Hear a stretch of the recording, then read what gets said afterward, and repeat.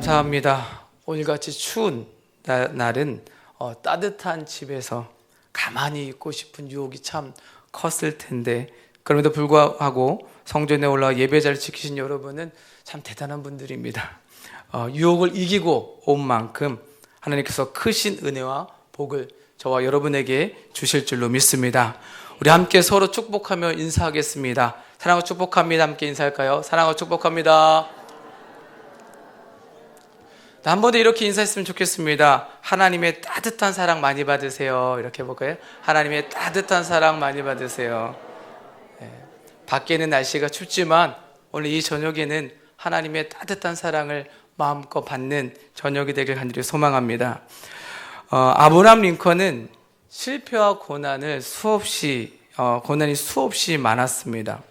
가난하여 7살 때 산골로 이사하느라 초등학교를 1년밖에 못 다녔고, 또 9살 때 어머니를 잃었고, 또 남의 집 점원으로 일을 했으며 뱃사공도 했고, 또 19살 때는 가장 사랑하는 누나를 잃었습니다. 22살 때 돈 한 푼 모으지 못하고 직장에서 해고당했고, 또 23살 때 빚을 얻어 친구와 작은 가게 하나를 얻어서 동업을 했는데, 26살 때 친구가 죽어서 그 큰 빚을 혼자 떠맡아서 30살까지 그 빚을 다 갚아야 했습니다. 4년 동안 좋아하며 따라다니던 여자가 그의 나이 28살 때 자기를 버리고 다른 남자한테 시집을 가버리고, 또 30살 때 겨우 한 여자와 만나 약혼을 했지만 갑자기 그 약혼자가 죽어버렸습니다. 33살 때는 키가 자기 허리쯤에 차고 욕을 잘하고 열등감이 많은 여자와 결혼했는데 날마다 싸웠으며, 지방 하원의원에 3번이나 출마했는데 3번 다 낙선했습니다. 41살 때 4살 난 아들이 죽었고, 43살 때 또 1살 난 아들이 죽었습니다. 그동안 모은 돈으로 45살 때 상원의원으로 출마했는데 낙선했고, 또 부통령으로 출마해서 낙선했으며, 51살 때는 또 상원의원으로 출마했는데 또 낙선했습니다. 그러나 그는 절망하지 않았고 결코 환경에 굴복하거나 포기하지 않았습니다. 그리하여 53살 때 대통령으로 당선되었습니다. 아브라함 링컨은 포기하지 않고 다시 일어나 달려갔습니다. 결국에는 대통령으로 당선되었을 뿐만 아니라 세계 대학생들에게 인류 역사상 가장 존경받는 인물로 뽑히게 되었습니다. 에디슨은 발명하게 되기까지 실패를 많이 경험했습니다. 에디슨의 실패에 대한 가장 흥미로운 일화 중 하나는 전구의 발명과 관련이 있습니다. 에디슨은 전구에 적합한 필라멘트, 그러니까 전구에 이렇게 약간 실 같은 거 있잖아요. 그 필라멘트를 발견하기 전까지 6,000개 이상의 다양한 재료를 시도했습니다. 에디슨은 사람들이 자신의 실패에 대해서 물었을 때 이렇게 답했습니다.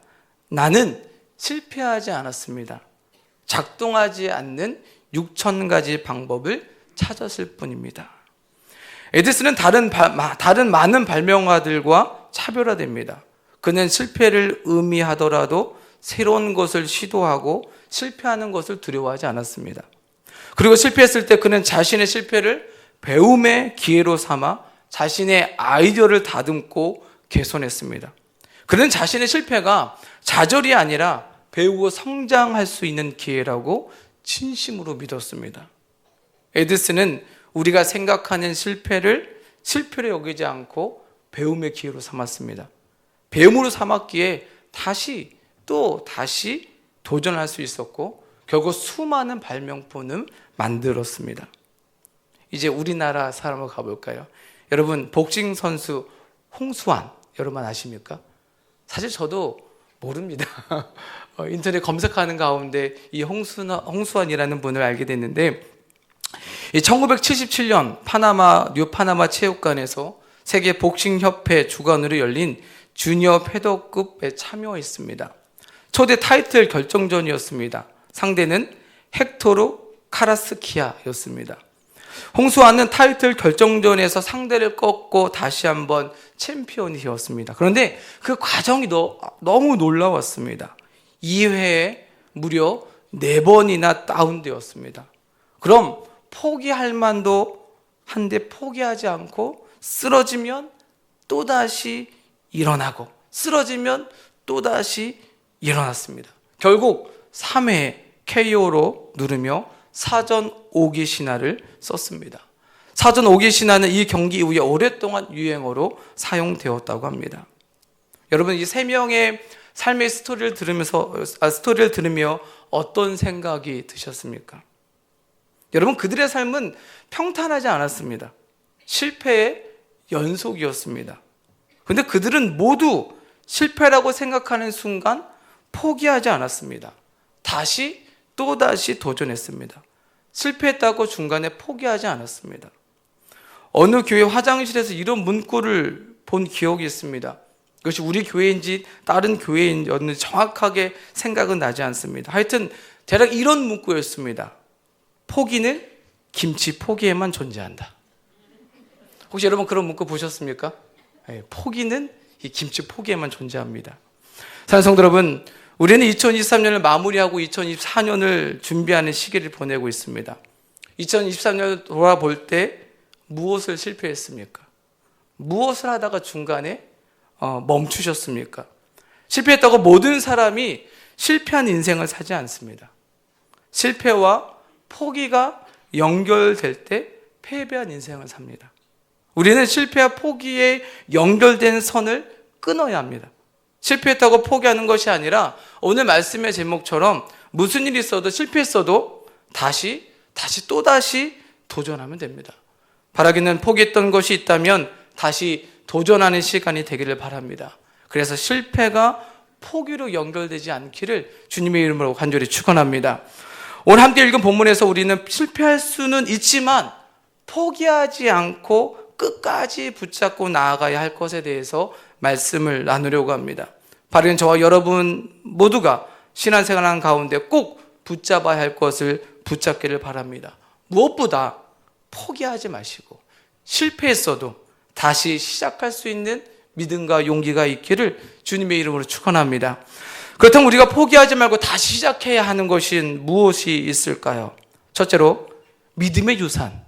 믿음의 유산은 포기하지 말고 다시 시작하고 다시 물려주어야 합니다.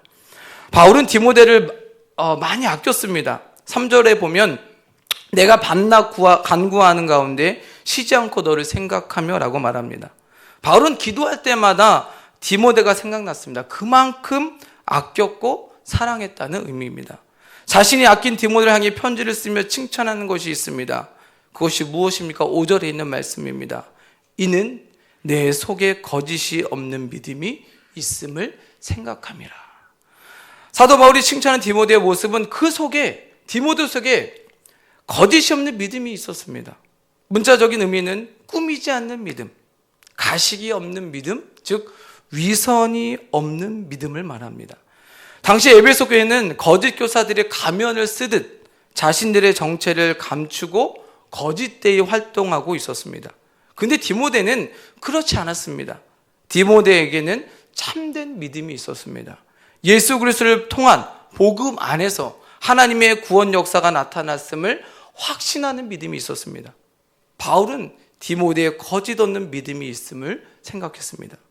근데 디모데의 이 믿음, 거짓 없는 믿음이 어디서 시작되었습니까? 외할머니와 어머니로부터 시작됐습니다. 오늘 말씀에 이 믿음은 먼저 내 외조모 로이스와 내 어머니 유니게 속에 있더니 내 속에도 있는 줄을 확신하노라. 할렐루야. 할렐루야. 네. 담임 목사님께서 당일 때 말씀하셨잖아요. 여러분이 아멘을 하면 제가 더 떨립니다. 그래서 여러분이 크게 아멘해 주시면 참합니다. 할렐루야. 네, 감사합니다. 거짓 없는 믿음, 참된 믿음이 할머니 로이스와 어머니 유니게에게 있었습니다. 그 믿음이 디모데까지 이어졌습니다. 믿음의 유산을 자녀에게 물려준 것입니다. 할머니 로이스와 어머니 유니게는 이전에 유대교 신자였습니다. 디모데에게 하나님에 대한 신앙을 전수했던 자들이었습니다. 그러던 중에 바울이 전한 복음을 받아들이게 되었고 손자이자 아들인 디모데에게 고스란히 전했습니다. 여러분, 이 얼마나 아름다운 모습입니까? 우리 역시 믿음의 유산을 물려주어야 할 줄로 믿습니다. 금요 심야 때마다 믿음의 명문 가정을 위해서, 가정 천국을 위해서 우리는 기도하고 있습니다. 여러분, 왜 기도하겠습니까? 믿음의 유산을 물려주는 것이 가장 큰 축복이기 때문인 줄로 믿습니다. 그런데 생각처럼 믿음의 유산을 물려주는 것이 쉽지 않습니다. 자녀들이 성장해 가면서 일명 머리가 커가면서 부모님의 말을 듣지 않습니다. 고등학교를 졸업하면 이제 자기네 마음대로 해도 된다고 생각합니다. 신앙적인 부분부터 시작해서 일반적인 부분까지 터치하지 말라고 말합니다. 그 이유가 무엇입니까? 이제 어른이 됐다는 것입니다. 어른이니까 본인들이 결정하겠다는 겁니다. 부모님도 고등학교를 졸업하면 이제 컸으니까 너희들 하고 싶은 대로 하라고 합니다. 근데 여러분, 그들이 어른이 맞을까요? 우리나라 청소년 기본법에 의하면 청소년은 9세부터 24세까지입니다. 이것이 기본법에 있는 기준입니다. 그런데 어떤 학자는요, 청소년에서 이제 어른, 장년으로 넘어가는 기준을 부모로부터 물질적 자립을 했느냐 하지 않았느냐로 구분해야 한다고 합니다. 그러니까 나이가 40이 넘었어도 여전히 부모와 함께 살고 있거나 재정적인 자립을 하지 못했다면 여전히 청소년인 것입니다. 부모의 도움을 받고 있기 때문에 그렇습니다. 저는 신앙도 마찬가지라고 생각합니다. 믿음에 홀로 서기가 가능해야 신앙의 어른이 된 것입니다. 자립하기 전까지는 부모의 그늘 아래에서 도움을 받아야 합니다. 만약 자립하지 못했다면 계속해서 부모의 교육이, 신앙 교육이 필요합니다. 그렇게 부모는 자녀들이 어느 정도의 믿음에까지 이르렀는지 항상 체크해야 합니다. 그들이 신앙 고백을 들어야 합니다. 고등학교 졸업과 동시에, 아니면 대학교 졸업과 동시에 마음대로 해라 해서는 믿음의 유산을 이어갈 수가 없습니다. 제가 이렇게 말씀드리면, 이제 끝났구나. 왜 우리 아이는 이미 졸업했고 또 가정을 이루었기 때문에 포기하고 싶은 마음이 있을 수도 있겠습니다. 하지만 제가 오늘 말씀에 뭐라고 시작했습니까? 포기하지 않으면 됩니다. 실패할 수는 있습니다. 하지만 포기하지 않는다면 이어갈 수 있다는 것입니다. 다시 새로운 마음을 시작해서 물려주면 됩니다. 포기하지 않고 이제부터라도 믿음의 본을 보여주면 됩니다. 부모님이 갖고 있는 믿음이 거짓이 아니라 진실된 믿음이란 것을 보여주는 것입니다. 디모데에게 물려줬던 거짓 없는 믿음, 그 믿음을 다시 보여주면 되는 것입니다. 자신의 변화된 모습만큼 주변 사람들에게 큰 영향을 주는 것은 없기 때문입니다. 아브라함은 이삭에게 믿음의 유산을 잘 물려주었습니다. 이제 그림 하나를 볼 텐데요. 마트 샤갈이 그린 이삭의 희생입니다. 창세기 22장에서 하나님께서 아브라함을 시험하기 위해 그를 부르셨습니다. 사랑하는 독자 이삭을 데리고 가서 번제로 드리라는 명령이었습니다. 아브라함은 이삭을 데리고 하나님께 명령한 산에 올라가 그를 번제로 드리려고 했습니다. 지금 본 그림이 바로 그 장면입니다. 여러분, 그림이 보이시나요? 이삭이 어디에 있죠? 노란색으로 밑바닥에 있는 게 이삭입니다. 이 그림에서 우리가 눈여겨볼 것은, 혹시 잘 안 보이는 분들은 집에 가서 한번 검색하면 나옵니다. 보시면 이삭은요, 묶여있지 않습니다. 끈이 없습니다. 그리고 잘 안 보이는데 눈을 보면요, 한쪽 눈에 윙크하고 있습니다. 한쪽 눈을 감고 있어요. 그리고 어린아이가 아니라 다 컸습니다. 작년이에요. 이런 모습이 우리에게 무엇을 의미하겠습니까? 누워 있다는 것은 이삭이 결정했다는 것이, 묶여 있지 않다라는 것은, 이삭도 믿음으로 순종했다는 것입니다. 이삭은 충분히 아버지 아브라함을 밀치고 거기서 빠져나올 수 있는 청년이었지만, 이삭 역시도 하나님의 말씀에 순종하는 아버지의 모습을 따라갔다는 것입니다. 아버지의 행동은 하나님께서 명령하신 것이고, 하나님께서 명령하신 거라면 기꺼이 나도 순종해야 한다는 그 믿음, 그 믿음을 아브라함에게서 이삭 역시도 배웠던 것입니다. 그래서 충분히 그곳을 피할 수 있고 아버지를 이길 수 있지만 스스로 거기에 누워서 움직이지 않았던 것입니다. 아브라함의 믿음의 유산이 이삭에까지 이르는 것을 그 그림을 통해서 볼 수 있는 것입니다. 사랑하는 성도 여러분, 믿음의 유산 저와 여러분도 물려줄 수 있습니다. 포기하지 않으면 됩니다. 지금부터라도 저와 여러분들이 믿음의 본을 보여주면 됩니다. 거짓 없는 믿음입니다. 교회에서와 가정에서 다른 삶이 아니라 교회와 가정, 사회 모두가 동일한 믿음, 위선의 믿음이 아니라 거짓 없는 믿음을 보여줄 때 우리 자녀들 역시도 본대로, 들은 대로 믿음의 유산을 간직하게 될 줄로 믿습니다. 바라기는 디모데의 가정처럼, 우리가 본 아브라함의 가정처럼 믿음의 유산을 포기하지 않고 잘 물려줄 수 있기를 주님의 이름으로 간절히 축원합니다.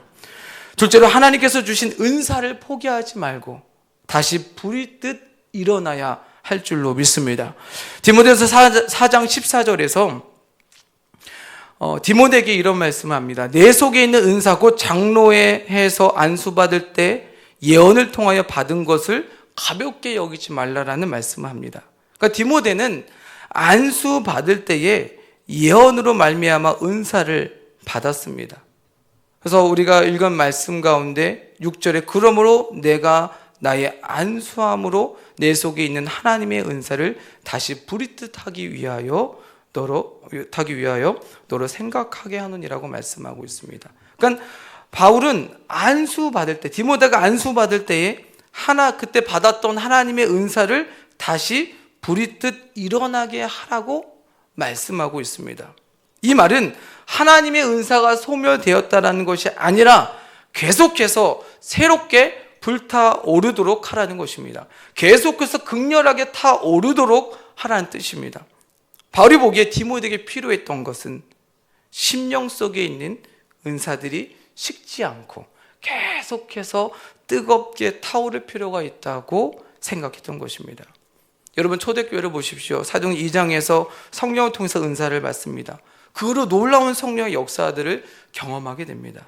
하나님의 은사가 초대교회 가운데 부리듯 일어난 줄로 믿습니다.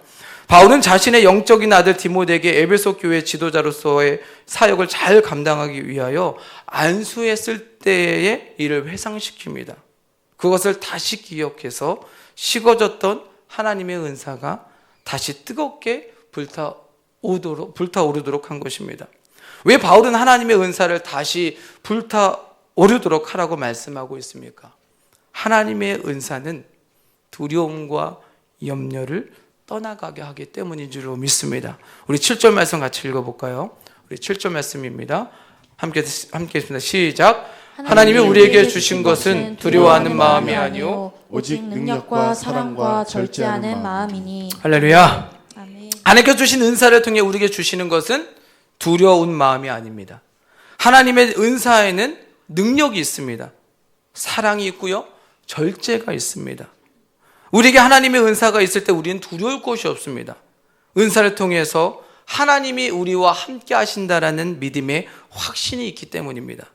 하나님께서 주신 은사는 사명을 감당할 수 있는 능력을 주십니다. 하나님께서 주신 은사는 우리가 사랑할 수 없는 사람을 사랑할 수 있도록 합니다. 하나님께서 주신 은사는 절제하지 못하는 우리가 절제할 수 있게 하십니다. 여러분, 우리의 믿음이 뜨거울 때를 한번 생각해 보십시오. 기도하는 것이 너무 행복했습니다. 그리고 기도하는 시간이 기다려졌습니다. 기도하는 시간이 왜 그렇게 빨리 지나가는지요. 기도 별로 한 것 같지 않은 시간이 순식간에 지나갑니다. 그리고 내가 원하는 기도 제목을 하나님 앞에 아뢰는 것보다 그저 하나님께 기도하는 것 자체가 행복합니다. 그때는 여러분 두려웠습니까? 아니요, 두려움이 없습니다. 그리고 염려도 없습니다. 하나님이 나와 함께 하시는 확신이 있기 때문에 두려움과 염려는 거기에 내 삶 가운데 차지할 공간이 없습니다. 죽음도 두렵지 않습니다. 성경의 말씀대로 정말로 산까지 옮길 만한 믿음을 갖고 있기 때문에 웬만한 세상에 웬만한 공격이 와도 흔들리지 않고 견고하게 섰습니다. 근데 지금 저와 여러분의 모습은 어떠합니까? 하나님께서 주신 은사가 불이 뜻 일어나고 있으십니까? 계속 불타오르고 있습니까? 성령의 뜨거운 역사가 저와 여러분의 심령 가운데 계속적으로 있으십니까? 두려움도 없고 견고한 믿음을 갖고 계십니까? 기도의 능력, 기도를 통해 주시는 하나님의 은혜를 계속 경험하고 계십니까? 여러분, 왜 우리에게 두려움이 생기겠습니까? 하나님께서 주신 은사가 우리 안에 불의 뜻이 일어나지 않기 때문에 그렇습니다. 우리의 심령 아래에 머물러 있기 때문에 그렇습니다. 하나님께서 은사를 주셨지만 사용하지 않았기 때문에 두려움이 생기고 염려가 생기고 불신이 생기는 것입니다. 하나님의 은사가 다시 불의 뜻 일어날 때 모든 두려움이 사라지게 될 줄로 믿습니다. 여러분의 신앙에서 가장 뜨거울 때가 언제였습니까? 라고 묻는다면 여러분 언제라고 대답하시겠습니까? 여러분의 믿음이 가장 견고한 때, 여러분이 가장 뜨겁게 기도한 때, 여러분의 삶 가운데 성령의 역사가 가장 활발하게 일어난 때, 그때가 언제입니까? 과거 수년 전의 이야기라고 말씀하시겠습니까? 아니면 지금 현재 이러한 일이 일어나고 있다라고 말씀하시겠습니까? 바라기는 저와 여러분 모두가 지금 이 순간이 그러한 성령의 역사가 하나님의 은사가 불의 뜻 일어나고 있다라고 고백할 수 있기를 주님의 이름으로 간절히 축원합니다. 여러분 가운데 과거만큼 신앙의 뜨거움을 회복하기 어렵다고 혹시 포기하시진 않았습니까? 하나님께서 여러분에게 은사를 주셨는데 그것을 사용하지 않아서 아니면 믿지 못해서 사용하지 못하고 있는 은사가 있지는 않습니까? 오늘 저녁에 하나님께서 저와 여러분에게 말씀하십니다. 내가 너에게 주었던 은사 있지. 너가 나를 간절히 찾았을 때, 내가 너를 만났을 때 주었던 은사가 있지 않니? 그것이 다시 불의 뜻 일어나야 되지 않겠니? 다시 뜨겁게 불타오르야 되지 않겠니? 사랑하는 성도 여러분, 우리 선한목자교회 안에 하나님께서 주신 은사가 다시 불의 뜻 일어나기를 간절히 소원합니다. 우리가 하나님께서 주신 은사가 다시 불의 뜻 일어난다면 초대교회에서 일어났던 성령의 역사 기적이 저와 여러분의 삶 가운데 나타나게 될 줄로 믿습니다. 하나님을 뜨겁게 만났던 그날, 그리고 기도를 통해서 하나님께서 우리에게 부어주셨던 그 은사, 여러분, 우리가 그 은사를 포기하지 않는다면 성령의 불은 저와 여러분에게 임하게 될 줄을 믿습니다. 하지만 포기한다면 성령의 불은 다시 일어나지 않습니다. 우리가 포기하지 않고 또다시 시작할 때에 목숨 걸고 하나님께서 그때 나에게 주셨던 그 은사가 다시 불의 뜻 일어나기를 간절히 소원하고 기도할 때에 저와 여러분의 삶 가운데 불의 뜻 일어나는 역사가 나타나게 될 줄로 믿습니다. 저는 기도합니다. 2024년 그 어느 때보다 저와 여러분의 믿음이 가장 뜨거운 해가 되기를 기도하고 있습니다. 이제 여러분 과거의 신앙에만 머물러 있지 마시고 언제 어느 때 내가 이랬었는데 과거 몇 년 전에 이랬었는데 이것이 아니라 지금 바로 이 순간이 하나님의 은사가, 하나님께서 주신 은사가 가장 불의 뜻 일어나는 시간입니다 라고 고백할 수 있기를 바랍니다. 그래서 매일매일의 순간순간이 우리의 믿음의 고백이 계속 과거로 가는 것이 아니라 지금 이 순간이 하나님의 은사가 가장 나에게 불의 뜻 일어나는 날입니다 라고 고백할 수 있기를 예수 그리스도의 이름으로 간절히 축원합니다. 마지막으로 복음을 전하는 것을 포기하지 말고 다시 회복해야 합니다. 우리 8절의 말씀 같이 읽어볼까요? 8절입니다. 시작. 그러므로 너는 내가 우리 주를 증언함과 또는 주를 위하여 갇힌 자 된 나를 부끄러워하지 말고 오직 하나님의 능력을 따라 복음과 함께 고난을 받으라. 아멘. 바울은 감옥에 갇혀 있었습니다. 일부는 부당하게 감옥에 갇혔다는 것을 알기는 하지만 오늘날도 그렇듯이 감옥에 있다는 것 자체가 무언가를 분명히 말해줍니다. 투옥에 붙은 오명은 여전합니다. 바울의 경우 그가 왜 감옥에 갇혔는지 알았던 이들은 핵심을 바로 알아차렸습니다. 그가 갇힌 것은 그의 행동과 말이 권력자들을 모욕하는 것으로 보였기 때문입니다. 바울은 왕의 메시지, 즉 로마 제국 설립의 기초가 된 왕의 메시지와 충돌하는 복음을 선포하고 있었습니다. 로마 제국 황제는 황제를 주로 선포하고 그에게 구원할 능력이 있다고 약속했고, 그의 통치에 순종하는 도시나 주에 황제가 나타날 것이라고 말했습니다. 감옥에 있는 바울은 당시 실세의 눈밖에 난 바울을 의미했습니다. 바울은 그의 친구나 동료조차도 그를 멀리하고 그를 부끄러워했습니다. 그러나 실제로는 예수의 복음을 부끄러워하는 압박을 느꼈을 것입니다. 디모데조차도 그런 압박에 굴복하려는 유혹을 받았을지도 모릅니다. 그래서 복음 전하는 것을 포기하고 싶었을지도 모릅니다. 우리도 복음을 전해야 한다고는 알지만 복음을 전하려고 할 때에 밀려오는 압박들이 있습니다. 세상에서 손가락질 받는 유명 그리스도인들이 생기면 더 혼란스럽습니다.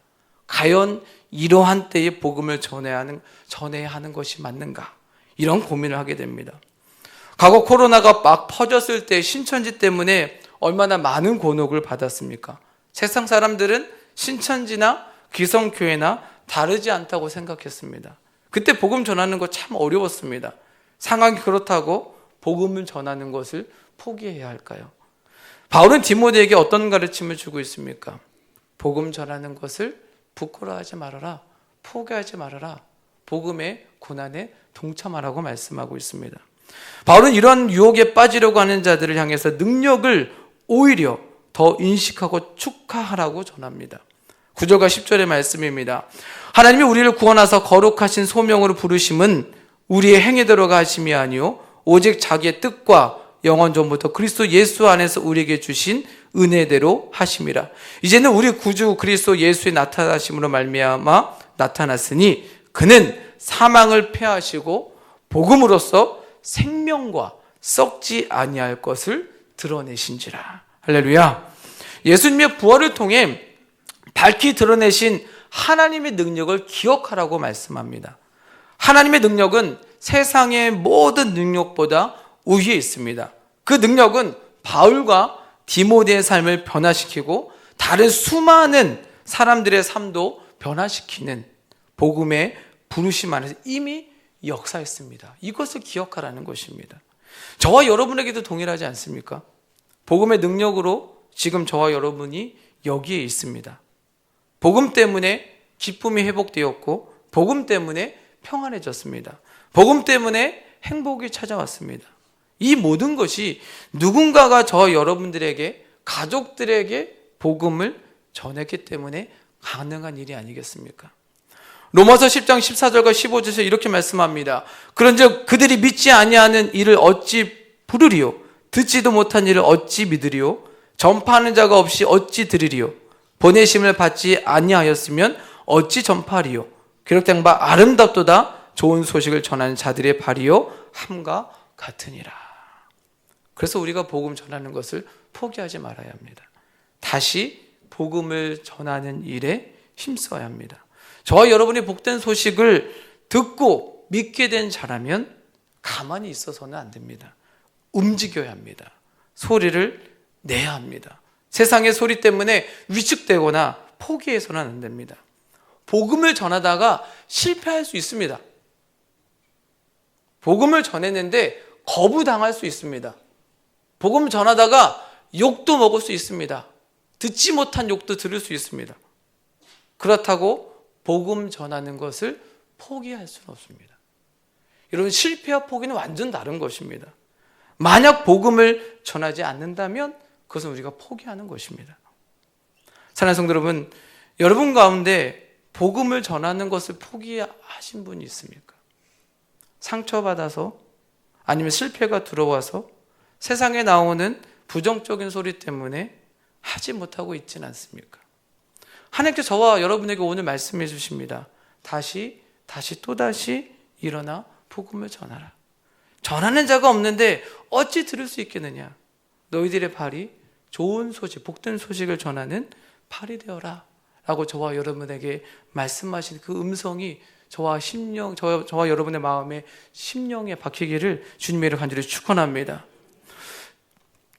저와 여러분 모두가 아름다운 복된 소식, 좋은 소식을 전하는 발이 되시기를 주님의 이름으로 간절히 축원합니다. 지금까지 저와 여러분의 삶에 포기했을 수도 있는 것에 대해서 말씀을 드렸습니다. 여러분, 실패는 누구나 경험합니다. 실패를 경험해보지 못한 사람은 아무도 없습니다. 그러나 실패했다고 모든 사람이 포기하지는 않습니다. 믿음의 유산, 하나님께 주신 은사, 복음을 전하는 것, 지금까지 실패했을 수도 있습니다.